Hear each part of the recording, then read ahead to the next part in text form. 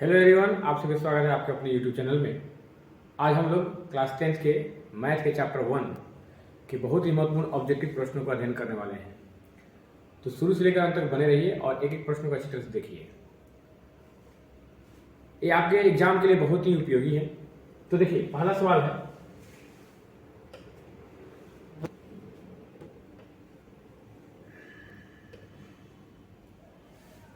देखिएगा, निम्नलिखित में कौन सी अभाज्य संख्याएं हैं।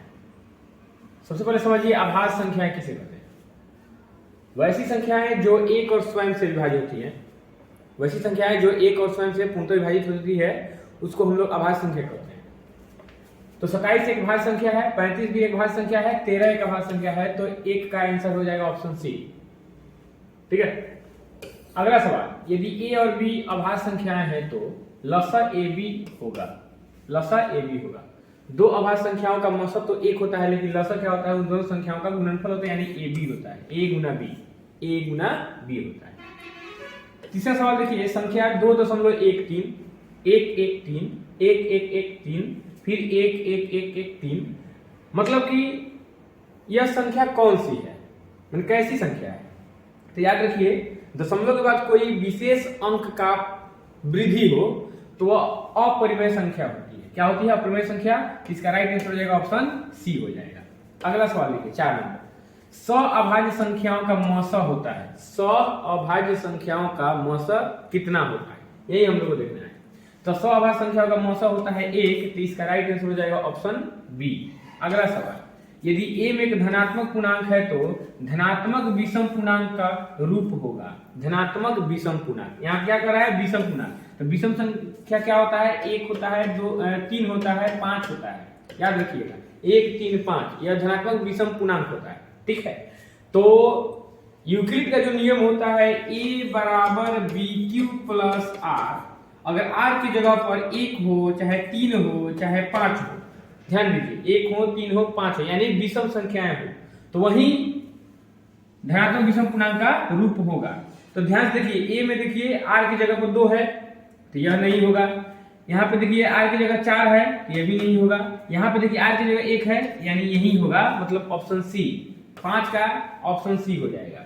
अगला सवाल 6 नंबर, यदि px बराबर qx इंटू gx और px का घात 6 और gx का घात 2 हो तो px बटा gx क्या होगा, px बटा gx क्या होगा। तो इस तरह के सवाल को बनाने के लिए सबसे पहले क्या करेंगे बच्चों, px का घात कितना है, 6 है तो लिखेंगे 6, और बटा में gx का घात कितना है, 2 है तो लिखेंगे 2।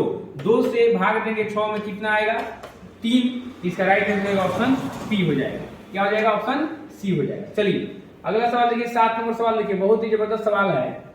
इस तरह का बहुत ही सवाल पूछा जाता है, निम्नलिखित में से कौन अपरिमेय संख्या नहीं है।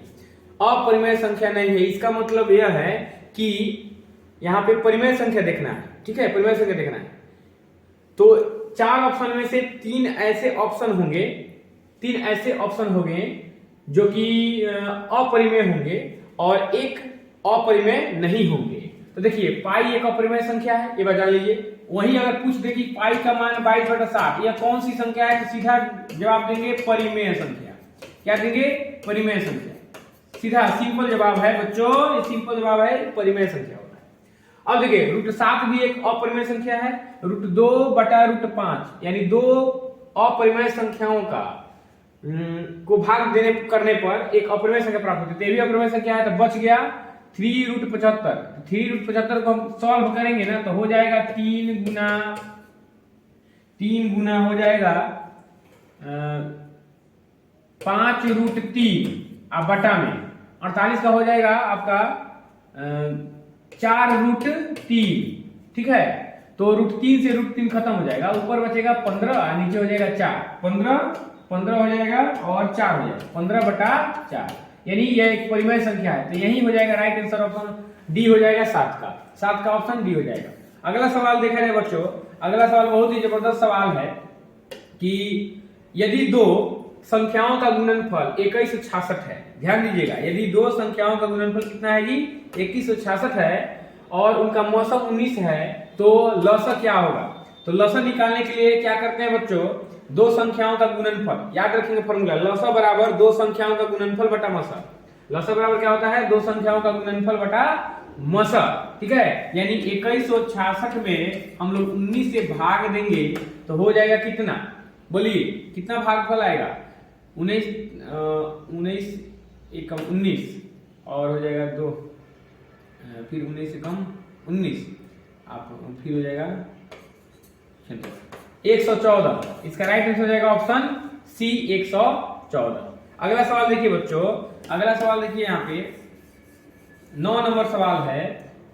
9 नंबर सवाल है, यदि a का मान 2 का पावर 3 गुना 5 और b का मान 2 का पावर 4 गुना 5 गुना 7 तब लौसा ab होगा। ठीक है जी, लौसा निकालना है, ध्यान पूर्वक देखिए। तो लौसा बराबर हो जाएगा, देखिए इसको मैं सॉल्व कैसे करूंगा, इस चीज को आप लोग समझ लीजिए। a का वैल्यू दिया हुआ है कितना, 2 का पावर 3 गुना 3 गुना 5। अब ध्यान दीजिए, b का वैल्यू दिया हुआ है कितना, 2 का पावर 4 गुना 5 गुना 7। ध्यान दीजिएगा, इसमें से जो है ना लौसा बराबर हो जाएगा, लौसा बराबर हो जाएगा पहले तो 2 का पावर 3 हो जाएगा, ठीक है, फिर 2 हो जाएगा, फिर 3 हो जाएगा, ये दोनों में 5 शामिल है तो 5 हो जाएगा, फिर 7 हो जाएगा। अब गुना करेंगे, 2 का पावर 3 हो जाएगा कितना, 8 में 16, 16 पचे 80, 80 में 3 से गुना करेंगे 240 हो जाएगा, तो 40 में 7 से गुना करेंगे तो 0, 7 चौके 28, 7 में 2, 7 गुना 14 2 16, 1680 हो जाएगा इसका राइट आंसर। ध्यान दीजिएगा 1680 होगा, यानी ऑप्शन डी। अगला सवाल 10 नंबर, इस तरह का सवाल बहुत ही पूछा जाता है, इस साल के मैट्रिक एग्जाम में भी इस तरह का सवाल पूछा गया था, ठीक है, कि अभाज्य गुणनखंड में 2 का घात कितना होगा, 2 का घातांक कितना होगा। तो 144 का हम लोग अभाज्य गुणनखंड निकालेंगे बच्चों, 2 से भाग देंगे तो 72 भागफल आएगा, 2 से भाग देंगे तो 36 हो जाएगा, 2 से भाग देंगे तो 18 भागफल आएगा, 2 से भाग देंगे तो 9 भागफल आएगा, 3 से भाग देंगे तो 3 आएगा। 2 का पावर कितना हो रहा है, 1 2 3 4, 2 का पावर 4, यानी इसका राइट आंसर हो जाएगा ऑप्शन सी 4। 2 का घात कितना है, 4 है। अगला सवाल देखिए 11 नंबर, निम्नलिखित में कौन सा अपरिमेय संख्या है, अपरिमेय संख्या है। तो रूट 17 जो है एक अपरिमेय संख्या है, क्योंकि यहाँ पे 100 का वर्गमूल 10 होगा तो यह एक परिमेय संख्या है, 4 का वर्गमूल 2 होगा तो एक परिमेय संख्या है, 16 का वर्गमूल 4 और 25 का वर्गमूल 5, 4 5 जोड़ेंगे तो 9 हो जाएगा, ये भी एक परिमेय संख्या है, तो ए होगा इसका राइट आंसर। अगला सवाल देखिए, निम्नलिखित में कौन सा अभाज्य संख्या है। अभाज्य संख्या वह संख्या होती है जिसमें एक और स्वयं से पूरी भाग लग जाती है, ये बात याद रखेंगे। तो इसमें जो है ना 41 अभाज्य संख्या है, क्योंकि 41 में एक और स्वयं 41 से ही पूर्णतः पूरी भाग लगेगा। अगला सवाल, 2 लगातार संख्याओं का मौसा क्या होता है। तो 2 लगातार संख्याओं का मौसा 1 होता है, ये बात याद रखेंगे। अगर पूछ दे कि 2 सम संख्याओं का मौसा कितना होता है तो बता दीजिएगा 2। 2 सम संख्याओं का मौसा कितना होता है जी, 2 होता है, ये बात याद रखेंगे, ठीक है जी। चलिए आगे बढ़े, अगला सवाल देखिए,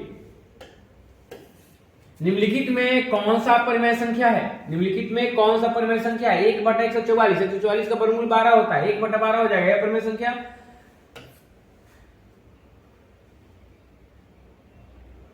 1/12, हाँ यही एक परिमेय संख्या है, ऑप्शन ए इसका राइट आंसर हो जाएगा। अगला सवाल देखिए, किसी पूर्णांक p के लिए सम पूर्णांक का रूप है, किसी पूर्णांक p के लिए सम पूर्णांक का रूप है, तो यहाँ पे देखिए p नहीं होगा, 2p + 0 यहाँ पे है, यही होगा, ऑप्शन डी होगा इसका राइट आंसर। 16 नंबर, निम्नलिखित में किसका दशमलव प्रसार अशांत है। अशांत दशमलव प्रसार कब होता है, देखिए ध्यान से, जब q का मान 2 का पावर m गुना 5 का पावर n हो, तब उस स्थिति में दशमलव प्रसार शांत होगा, क्या होगा जी, शांत होगा। और जब q का मान बराबर नहीं हो 2 का पावर m इंटू 5 के पावर n के, तो इस स्थिति में दशमलव प्रसार क्या होगा जी, अशांत होगा, क्या होगा, अशांत होगा, ये बात याद रखेंगे। अब ध्यान देने वाली बात यह है कि इसे देखा जाए कि किसका दशमलव प्रसार अशांत है, तो 39/243 का दशमलव प्रसार क्या हो जाएगा, अशांत होगा, राइट आंसर यही होगा। आगे बढ़ते हैं, अगला सवाल देखिए 17 नंबर सवाल देखिए, एक अशून्य परिमेय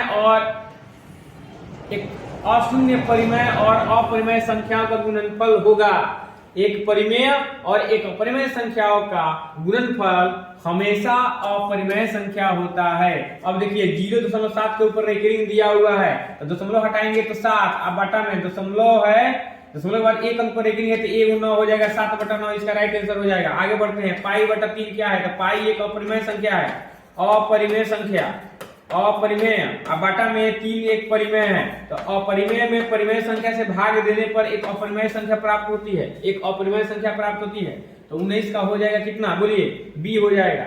आगे बढ़ते हैं, 20 नंबर सवाल लिखिए। 20 नंबर, निम्नलिखित में कौन अपरिमेय संख्या नहीं है, अपरिमेय संख्या नहीं है, तो अपरिमेय संख्या कौन सा नहीं है देख लीजिए।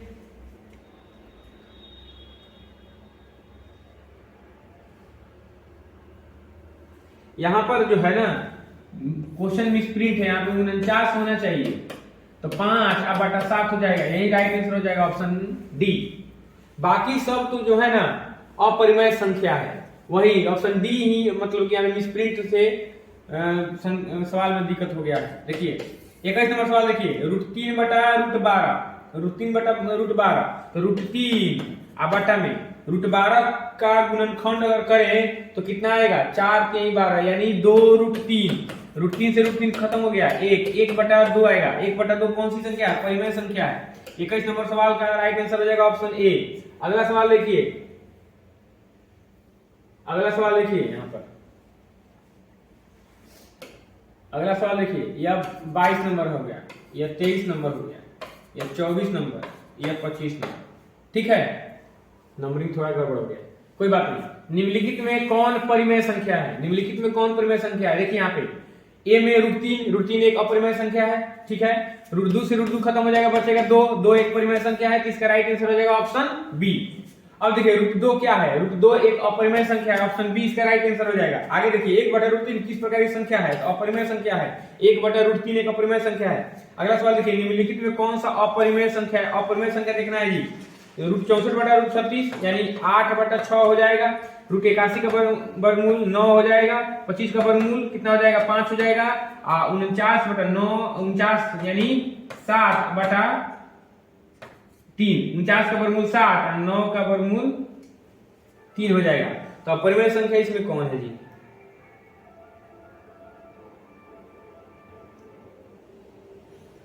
देखिए ध्यान से, तो इसमें तो सभी के सभी जो हैं परिमेय संख्या ही लग रहे हैं, देख लीजिए 8 का वर्गमूल 8 का स्क्वायर 64 का वर्गमूल 8, 36 का वर्गमूल 6, 81 का वर्गमूल 9, 25 का वर्गमूल 5, 49 का वर्गमूल 7 और 9 का वर्गमूल 3, तो सब इसमें परिमेय संख्या ही है, अपरिमेय संख्या कोई नहीं है, छोड़ दीजिए, आगे बढ़िए।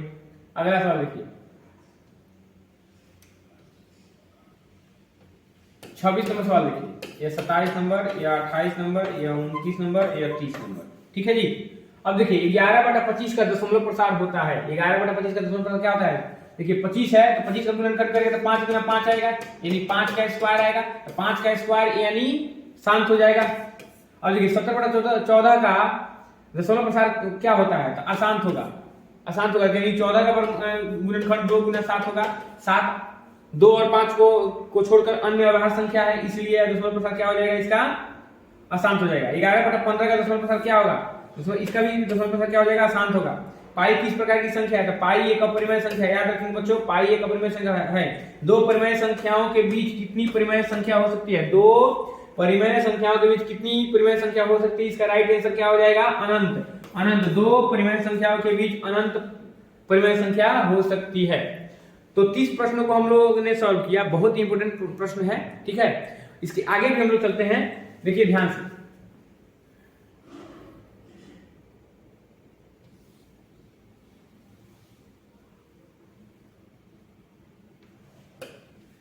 इकतीस नंबर यह हो गया, 32 नंबर यह हो गया, 33 नंबर, 34 नंबर और यह 35 नंबर, ठीक है जी। देखिए 3 + √3 इंटू 3 - √3 किस प्रकार की संख्या है, तो इसको सॉल्व करेंगे ना बच्चों, तो a + b into a - b के रूप में आ जाएगा, तो a स्क्वायर यानी 3 के 9 और माइनस √3 का स्क्वायर यानी 3, 9 में से 3 घटेगा 6 हो जाएगा, 6 एक परिमेय संख्या है, 3 प्लस 2 रूट 5 एक संख्या है तो अपरिमेय संख्या है, क्योंकि एक देखो यहाँ पे 2 रूट 5 एक अपरिमेय संख्या है, तो अपरिमेय संख्या में परिमेय संख्या का गुणनफल और फिर परिमेय संख्या को जोड़ने पर एक अपरिमेय संख्या प्राप्त होती है। अब यहाँ पे देखिए 3 से 15 में भाग देंगे, 33 में सवाल देखिए 3 से 15 में भाग देंगे तो 5 भागफल आएगा, तो रूट 5 हो जाएगा। तो रूट 5 क्या है? एक अपरिमेय संख्या है। अगला देखिए 34 नंबर, निम्नलिखित में कौन विजातीय है? विजातीय का मतलब या तो इस सवाल में 3 गो परिमेय होगा तो एगो अपरिमेय होगा, या 3 गो अपरिमेय होगा तो एगो परिमेय होगा। तो देख लेते 3/5 एक परिमेय संख्या है, 16/4 यानी हो जाएगा आपका 4 रूट 4 यानी 4 का वर्गमूल 2 हो जाएगा। तो 2 ही परिमेय संख्या है। रूट 2/5 एक अपरिमेय संख्या, यही एक विजातीय संख्या है। आगे बढ़ते हैं, रूट 5 कौन सी संख्या है? तो रूट 5 एक अपरिमेय संख्या है बच्चों। रूट 5 कौन सी संख्या है? एक अपरिमेय संख्या है। ठीक है, आगे बढ़ते हैं 36 नंबर, 37, 38, 39। ठीक, सबसे छोटी आभाज्य संख्या कौन है? तो सबसे छोटी आभाज्य संख्या याद रखिए 2 है। सम आभाज्य संख्या अगर पूछे तो भी 2 है, याद रखिए। निम्नलिखित में कौन परिमेय संख्या है? निम्नलिखित में परिमेय संख्या C, रूट 11 गुना रूट 11 रूट 121 का वर्गमूल 11 होता है, तो 11 एक परिमेय संख्या है। मौसा ए का क्या होगा? मौसा ए का मौसा क्या होगा? ए हो जाएगा। क्या होगा? ए होगा। दो धन पूर्णांक ए और बी के लिए ए बराबर बी की प्लस आर में 0 से बड़ा और बराबर आर, आर बी से छोटा में क्या होता है? इसमें क्या पूछ रहा है? इसमें आर का वैल्यू क्या होता है? ठीक है, आर बी से छोटा हो जाएगा, आर बी से छोटा हो जाएगा। ठीक है, चलिए आगे बढ़ते हैं। 39 नंबर हो गया। अब 40 नंबर सवाल देखिएगा।